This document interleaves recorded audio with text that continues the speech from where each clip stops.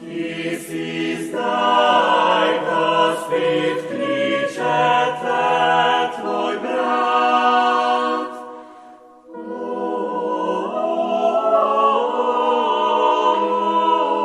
Tukaj sem, moj Gospod, in žal mi je, žal vseh zablod. Tukaj sem spet pri tebi, moj Gospod.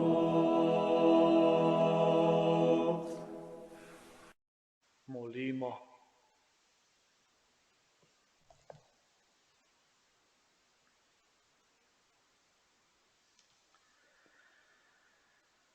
Vsemogočni Bog, v svoji slabosti omagujemo, naj nas poživlja trpljenje Kristusa, tvojega Sina, ki s teboj v občestvu Svetega Duha živi in kraljuje vekomaj.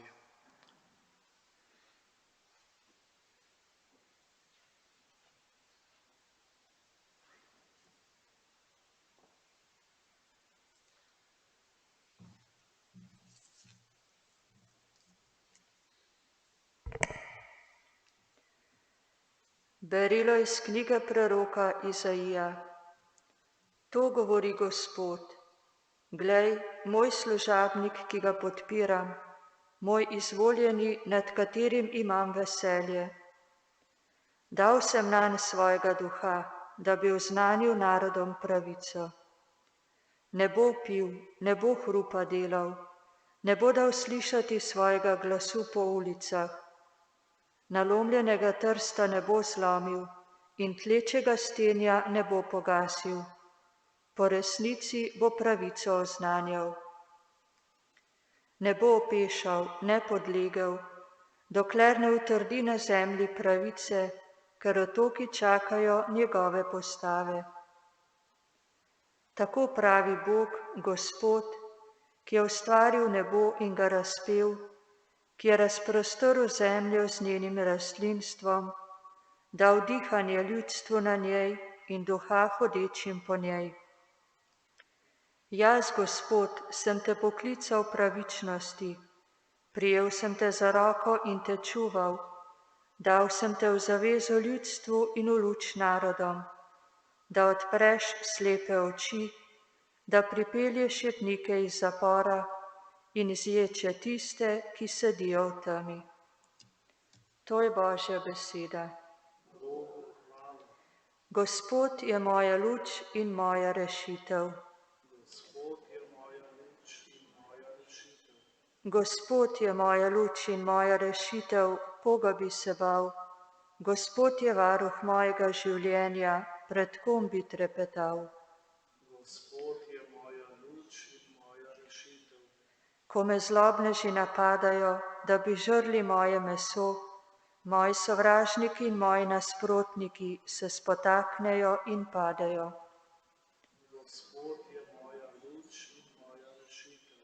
Če se vojska utobori proti meni, se moje srce ne bo balo, če se vname boj zoper mene, jaz bom zaupal. Verujem, da bom užival Gospodove dobrote v deželi živih. Upaj v Gospoda, bodi pogumen, naj se ti okrepi srce, upaj v Gospoda.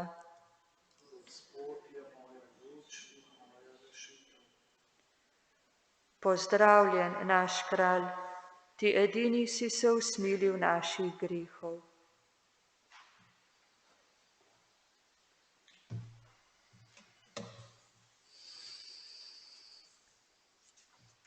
Gospod z vami. Iz svetega evangelija po Janezu.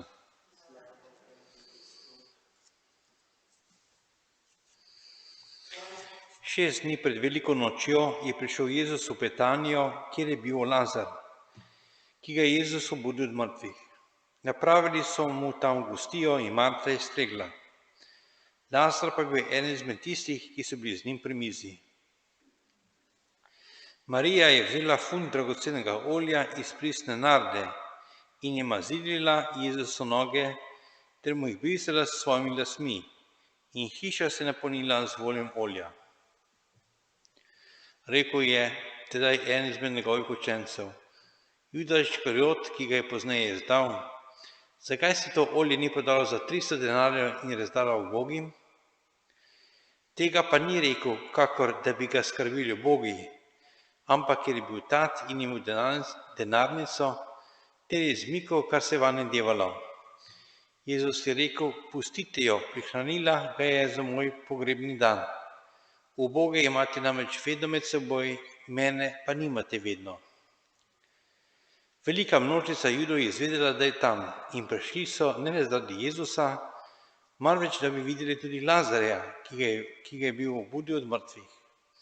Sklenili pa so veliki duhovniki umoriti tudi Lazarja, ker je mnogo Judov zaradi njega odhajalo in verovalo v Jezusa. To je Kristusov evangelij.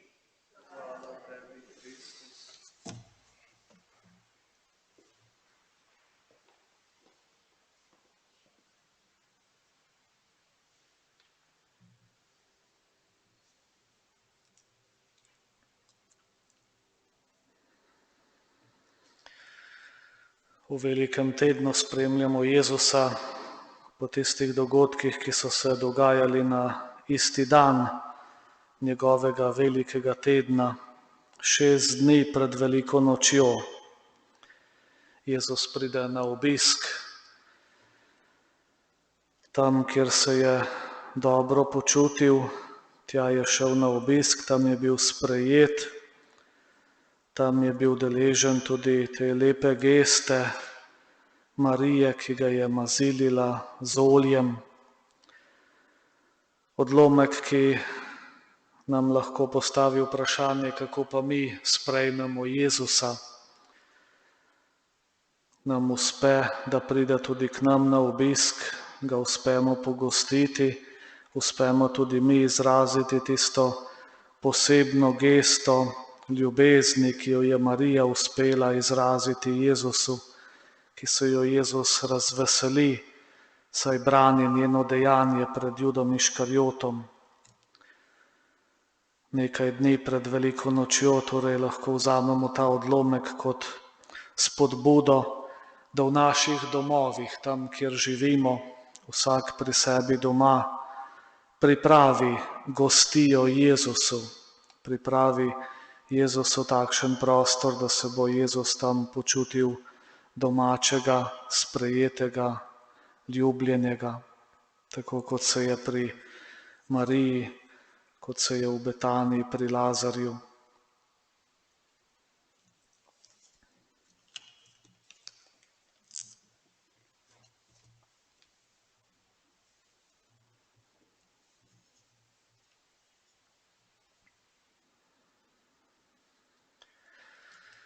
Bratje in sestre, ko je Marija iz Betanije Jezusu brez pridržkov izkazala ljubezen, mu je mazilila noge in jih brisala s svojimi lasmi.